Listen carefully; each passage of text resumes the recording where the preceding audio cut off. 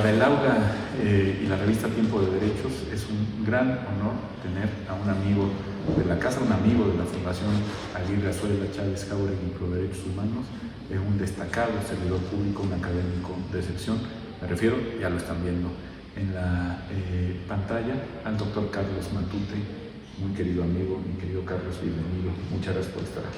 Gracias, Rafa, gracias por la invitación, gracias a la Fundación que tan buena labor hace en la difusión de la cultura jurídica en el país, que mucha falta hace. Bueno, tú conociste muy bien a don Sergio Salvador Aguirre Anguiano, conoces muy bien al ministro Azuela, en fin, sabes un poquito por dónde va la cosa. Y creo que también buena parte de tu trayectoria académica y profesional se ha dedicado a esa difusión de la que hablabas. Sí, pero sobre todo los dos personajes que me comentas son servidores públicos ejemplares, comprometidos con el Poder Judicial de la Federación y sobre todo buenos hombres, grandes hombres en términos éticos, como personas y congruentes en su vida y en su obra. Gente de convicciones. De muchas y muy fuertes convicciones, que eso es extraño en la vida. Sí, bueno, pues precisamente si te parece, comenzamos por ahí, ¿no? ¿Qué necesario es que la función pública se llene de este tipo de convencimientos, ¿no? Es que la función pública tiene por lo menos 4 aspectos. Mira, el primer aspecto es que es un grupo selecto de personas, no superiores, selecto de personas por vocación, que se dedican desde distintas perspectivas a llevar a cabo el bienestar colectivo. Mariano decidió la función judicial durante 40 años y Sergio Aguirre Anguiano primero desde la notaría y después desde la Suprema Corte de Justicia de la Nación también contribuyó mucho a este país desde su perspectiva muy peculiar de política, que es válida, es muy válida. No digo nada extraño al decir, y creo que no se ofende a ninguno de los dos, al decir que de su perspectiva católica, de compromiso social con base en la forma de pensar de la Iglesia, y eso es muy válido, aunque a algunos no les parezca, porque creen que el laicismo se tiene que llevar hasta la intolerancia. Eso hay que ser muy cuidadosos. Muy cuidadosos, porque además tiene una lista de coherencia, ¿no? Es decir, comportarte como eres en todos los aspectos de tu vida, aunque no tengas que estar haciendo proclamaciones de tu religión, de tu manera de pensar, pero sí decir yo soy así, se va a resolver así. Y es una parte muy importante, porque a pesar de esta vinculación fuerte del ministro Azuela con su forma de pensar religiosa, siempre la separó en su ejercicio de función pública. Y es otro elemento fundamental. Es un grupo de personas que, independientemente de su ideología y forma de pensar, ponen primero el bienestar colectivo a través de servir en los órganos del Estado a la comunidad. Y esto implica el respeto al Estado laico. O sea, no este laicismo intolerante en el que nadie puede pensar distinto a los comecuras, sino que esta también protección del Estado laico desde la convicción de que no se puede dejar de ser uno lo que es cuando sirve el Estado. Exactamente. Mira, pues qué cosas, no lo planeamos así, pero estamos bajo la égida del Liceo Benito Juárez, ¿no? Justamente hablando de esto, creo que también en el caso del presidente Juárez había esa comprensión. Hay quien lo tacha erróneamente de comecuras, ¿no? Era un hombre que llevaba, sí, hasta sus últimas consecuencias, la naturaleza laica del Estado mexicano. Pero no dejaba de practicar su religión. Y esto parece extraño a la mayoría de las personas, pero la generación de liberales que propuso la función pública laica, pues al mismo tiempo eran católicos, practicantes, y estoy casi seguro que iban a misa diario. Antes de llegar a su oficina, acudían a comulgar. Esto no los hace defensores de un Estado confesional, sino es un buen ejemplo el presidente Juárez de esta posibilidad de combinar las convicciones con lo laico de la función pública. Entonces, ese es el primer aspecto. Sí, señor. El Luego tenemos las responsabilidades.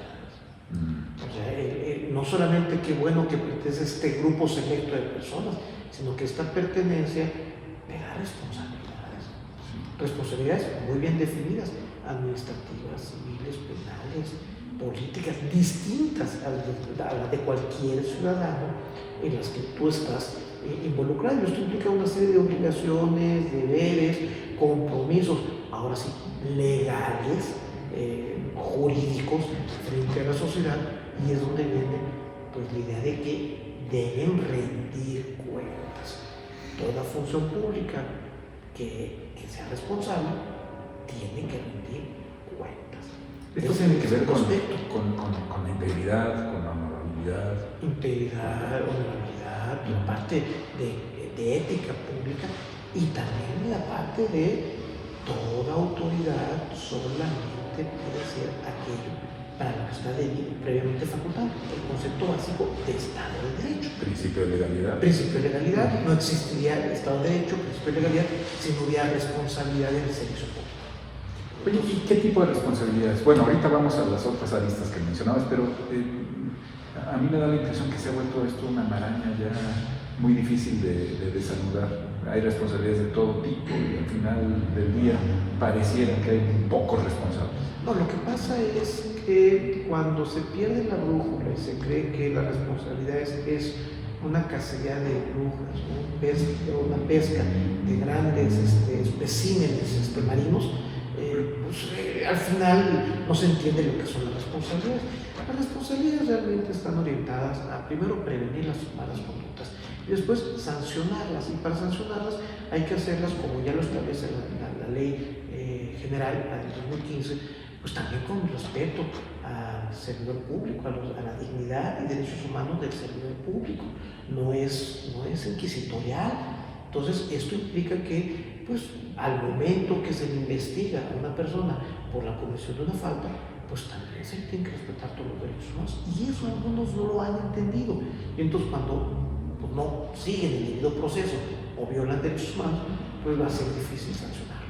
Entonces, esto es una parte fundamental, y esto me lleva a la tercera parte de la función pública, al tercer aspecto de la función pública, es la humana. Y esto significa profesionalización.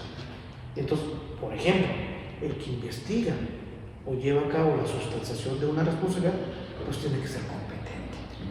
Y si no es competente, pues el afincamiento de responsabilidades pues no va a ser lo eficiente que uno quisiera cuando hay indicios de que una persona está cometiendo una conducta inadecuada. Bueno, y en general, Carlos, también tiene que ver con no aceptar un trabajo para el que no estás capacitado, no tienes las credenciales, no tienes los conocimientos, y ahí vas a tratar de improvisar, sale muy mal la cosa. Yo qué bueno que lo planteas, porque entonces los gobiernos pueden llenarse de dos vicios en sus administraciones, que primero es el activista, el entusiasta, que cree que con su amor a la comunidad es suficiente para poder llevar a cabo una buena función pública, y no, requiere una preparación sistemática en una tarea de las que lleva a cabo la administración pública, porque es compleja y técnica. La función pública en el talento implica profesionalización, porque en principio cualquier gestión pública, jurisdiccional, legislativa o administrativa, son tareas técnicas y requieren cierto conocimiento. Y esto es fundamental en el talento, y por eso es tan importante la profesionalización. ¿Qué quieres que te diga? Que sentí, que percibí, cuando el señor presidente de la República dijo que era más importante la lealtad que la capacidad. Entonces llega al segundo gran defecto de las administraciones públicas: el clientelismo. Ser utilizadas como botín de campaña. Quien gane la campaña se queda con el botín, que son los cargos en la administración pública. Y eso debe contar en la profesionalización. Claro. Un poco tiene que ver también con a qué le eres leal, ¿no? Digo, se le puede ser leal a la República, a los altos valores de la misma, o puedes tener lealtades, como dices, corporativas, clientelares, que son verdaderamente despreciables, ¿no? Entonces, ese es el primer aspecto, ¿no? de la función pública. Sentirte que sea un cuerpo selecto de personas que atiendan a los valores de la República, no a las lealtades efímeras, temporales, de una mayoría política o de un líder carismático. Que puede cambiar el día de mañana. Y vamos, no estoy hablando de este gobierno federal, sino estoy hablando en general de todos los gobiernos, pero también mucho de clientelismo, mucho de botín se da en otros gobiernos, no es exclusivo de este. Lo que llama la atención es que este lo hizo explícito. Eso es lo que llama la atención. Oiga, que hubo compadres en los anteriores gobiernos que no sabían nada, yo ocupaba cargos, sí, por supuesto, yo no soy inocente. Es un mal hasta cierto punto mundial. Inevitable. Si uno lee Tamanejo de la política en Nueva York, va a ver que el spoil system, este sistema de clientelismo, era una forma de sobrevivir de los jefes políticos en la ciudad de Nueva York. Genera ese tipo de incentivos perversos, ¿no? Son incentivos perversos. Ahora, hay que ser muy cuidadosos. También hay que abrir espacios para la política. Claro. Por eso la profesionalización suele llegar hasta los mandos medios superiores. Ya los mandos superiores, los políticos, son para eso, para personajes políticos que le dan la orientación al gobierno. No todo gobierno tiene que ser tecnócrata, no todos tienen que ser tecnócratas, también hay políticos que le dan la orientación valorativa, democrática a un gobierno. Oye, qué bueno que tocas eso, que ya se me andaba pasando. A mí me da la impresión que países que tienen una política desastrosa, igual o peor que la nuestra, como Italia, como España, como Grecia misma, sin embargo tienen un sistema de servicio civil de carrera que, como tú dices, hasta los mandos medios superiores, funciona, y entonces las administraciones siguen su curso sin estar contaminadas, vamos a decirlo así, por el spoil system y por el factor político partidista. ¿No te da la impresión que nos ha faltado dar ese gran salto para consolidar, entre otras cosas, nuestra transición democrática? Sí, por supuesto. Si te fijas, parte de la transición democrática de la alternancia en poder fue la ley de profesionalización que se da a partir del 2000. En 96 Cedillo ya había iniciado procesos de profesionalización, pero explícitamente se da en el 2003, 2004. Hay profesionalizaciones institucionales significativas del sistema exterior mexicano. En el IMSS hay un proceso de profesionalización informal muy sólido que garantizaba que hubiera buenos servidores públicos. Las instituciones mexicanas no han sido ajenas.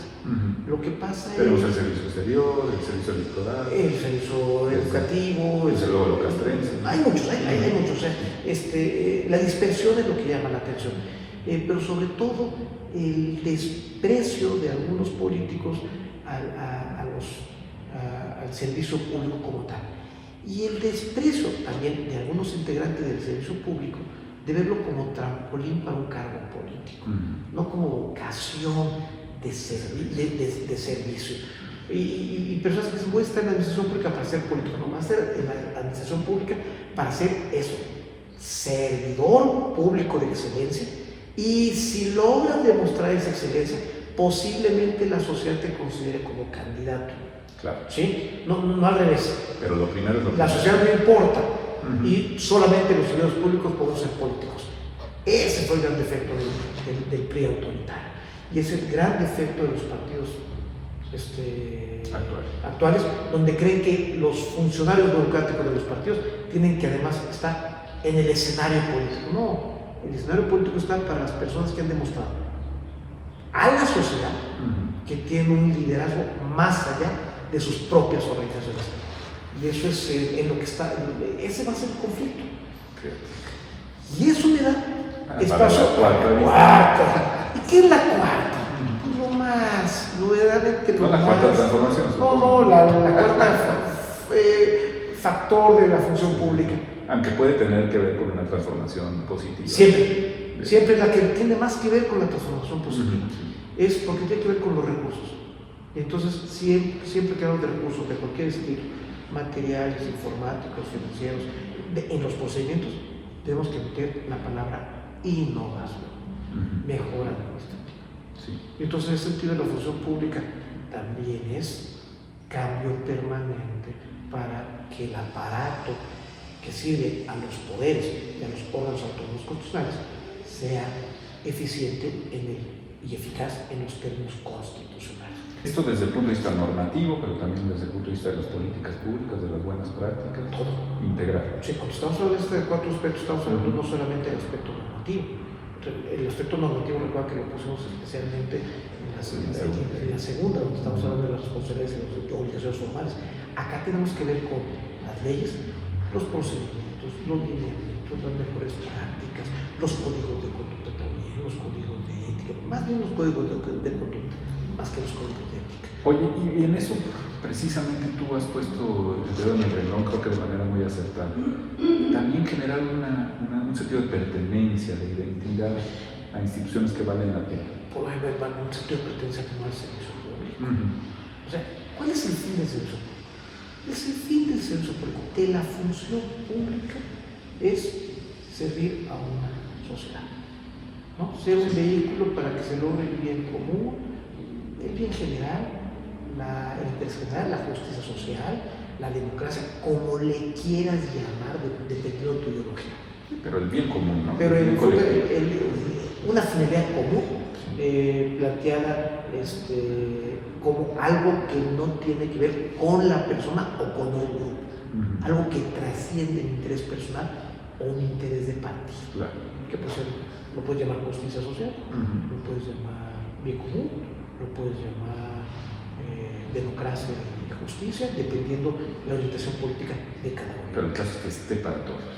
Que trascienda los intereses individuales y de grupo, y de clase.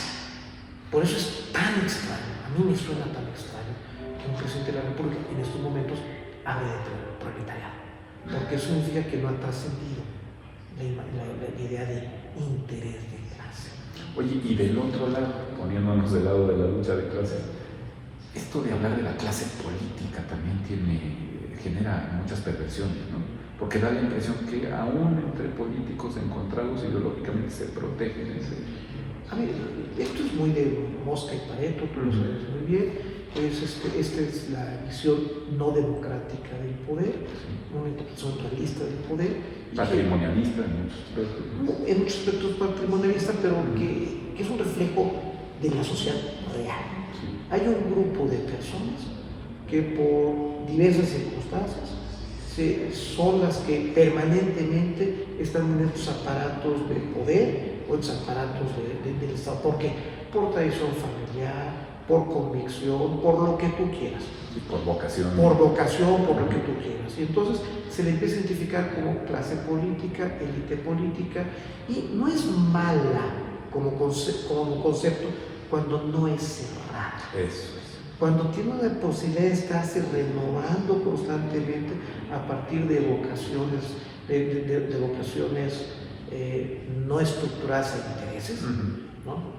Y implica una capacidad de representar los intereses colectivos generales. ¿Qué es lo que pasa? Lo que pasa es que las clases políticas tienden a ser oligopólicas, concentrarse, cerrarse en sí mismas, tener conciencia de clase, tener conciencia del poder que tienen y de que pueden manipular ese poder en beneficio propio del interés y perpetuarse en esa posición. ¿Qué es lo que le está pasando a los partidos de oposición? Cuando los ves dicen otra vez lo mismo, y entonces no son capaces de reciclarse como clase política, y entonces ves a los hijos del que fue, o ves al que ha sido durante 40 años defendiendo cotos, entonces ya no los ves como representantes sociales de intereses más amplios, sino los ves como representantes de una democracia, de un partido que solamente están defendiendo su propio, en términos muy mexicanos, su propio hueso. Y entonces cuando se requiere reciclar a esas clases políticas o a esas élites políticas, ¿qué es lo que estamos viendo? ¿Qué es lo que pasó en el 18? Cuando veías en los templetes políticos algo de siempre, pues entonces hay que cambiarlos. la gran desilusión es que llegaron los reciclados de siempre con el nuevo gobierno, los Bartlett. Entonces ya no hubo renovación de clase política, de élite política. Pero además con algo que señalabas tú muy bien, doctor, con un discurso de polarización, que siempre es muy peligroso. En una sociedad sí, porque desde mi punto de vista le impide al Estado cumplir con su función esencial, que es ser una unidad de acción y decisión para transformar la sociedad. Entonces, si tú llegas con un discurso de clase, un discurso racista, un discurso que no te excluyente, no puedes generar esa unidad necesaria, incluso para llevar a cabo tu propio proyecto político. O sea, te estás dando tiros en el pie, porque si analizas con cuidado muchas de las propuestas políticas, dices, pues no está mal. No, la política es integración, ¿no? No, sí, pero además una de las políticas del gobierno actual es, mira, no está tan mal. El problema es que cuando las planteas en términos de confrontación con otro, entonces dices, no, espérate, esto no me conduce más que a odio y a polarización, que en una sociedad que requiere lo contrario, frente a las grandes oportunidades que nos ofrece la regionalización y el nearshoring, donde estoy. ¿No? Y esa es la gran función, el gran propósito de la función pública. ¿Cómo lograr esa unidad de acción y decisión en torno al gobierno a partir de o del Estado, si lo vemos más amplio de la función pública, a partir de una unidad de acción con autonomías reconocidas? Esto es lo más importante. Con espacios de autonomía. Tanto contribuye a esta unidad de acción la autonomía del INE, la autonomía de los poderes judiciales, como la autonomía más importante que la del Ejecutivo, y a partir de esta integración puedes generar una unidad más poderosa que mueva la sociedad. De las comisiones de derechos humanos, de los sistemas anticorrupción, todo esto te permite cohesionar, empacar mejor la unidad estatal para mover a la sociedad a donde quieres. Pero si tu estrategia es confrontar a todos estos espacios, pues no llegas a nada más que mayor confrontación. Exacto. Entonces, pero eso es concebir la función pública como algo más allá del poder ejecutivo. Y nada más me muevo yo y nada más avanzo yo. Y confundir el Estado con el gobierno. Exacto. Voy a estatizar. No estás estatizando, estás gobernizando. Cuando sacas a los órganos autónomos de decisiones en energía, no estatizaste, gobiernizaste. Yo tomo todas las decisiones. Y estos órganos autónomos no importan. El que importa es yo, que digo que represento a la mayoría del pueblo, que por mi boca mi pueblo, y en ese momento reduces la función pública al pequeño aparato del gobierno, que no te es suficiente para generar la unidad de acción y decisión que requieres para poder aprovechar las grandes oportunidades de la regionalización y el nearshoring. Que ya viene, ¿no? Aquí están. Aquí están aquí. Entonces, fíjate, imagínate con una función pública eficiente, comprometida, con grandes consensos en torno a ello. No estamos creciendo al 2%, estamos creciendo al 4%, al 6%. Si con esta crispación social estamos creciendo, imagínate esa crispación social. Y es lo que muchos no visualizan. La pérdida de oportunidades por ser intolerantes y estar debatiendo entre nosotros permanentemente y no consolidando la función pública. Bueno, ha sido un privilegio escucharte, mi querido doctor Carlos Matute. Eres autor y coordinador de obras de referencia, un académico ejemplar, y hemos estado hablando también de ejemplos, desde luego el presidente Juárez, pero hemos hablado de los ministros Azuela y Aguirre, que en paz descanse, ejemplos de no echar a perder las oportunidades, las pocas que la historia nos va a dejar. Y quiero dejar sentado algo muy peculiar. ¿Tenemos tiempo todavía? Sí, señor. Sí. No solamente ejemplo de sexo público, ejemplo de docencia. Tuve la gran fortuna de ser adjunto del ministro Azuela en México. Cuando me invitó a ser adjunto, yo creí que iba a ser la función de cualquier adjunto tradicional, pasar lista y revisar tareas y calificaciones. Y yo me sorprendí que yo tenía que dar la primera parte de la clase y él daba la segunda o viceversa. Frente a él. Frente a él. No y cuando me dijo, oye, pero la doy yo y usted se va porque tiene mucho trabajo en la corte. No, Carlos, yo me quedo, porque mi trabajo docente es tan importante como mi trabajo en la corte. Claro. Y eso es un ejemplo de compromiso con las tareas que asumes como persona ante el colectivo. Que te ha quedado a ti de manera indeleble y a muchos otros, ¿no? Vamos, para mí, yo cuando me lo dijo, dije, no puedo creer. Pero no, tuve que salir de mi sorpresa. No se la creía. Hasta el primer día que me di cuenta que pensé. Ahora déjame echarte una porra, doctor. No cualquiera a los 20, 21 añitos se avienta ese tiro, ¿no? Pues ya no me quedaba otra. Le había dicho que sí. Y lo hiciste muy bien. No lo sé, eso hay que preguntárselo. Seguramente que sí. No lo sé, eso hay que preguntárselo. Y a las alumnas y a los alumnos.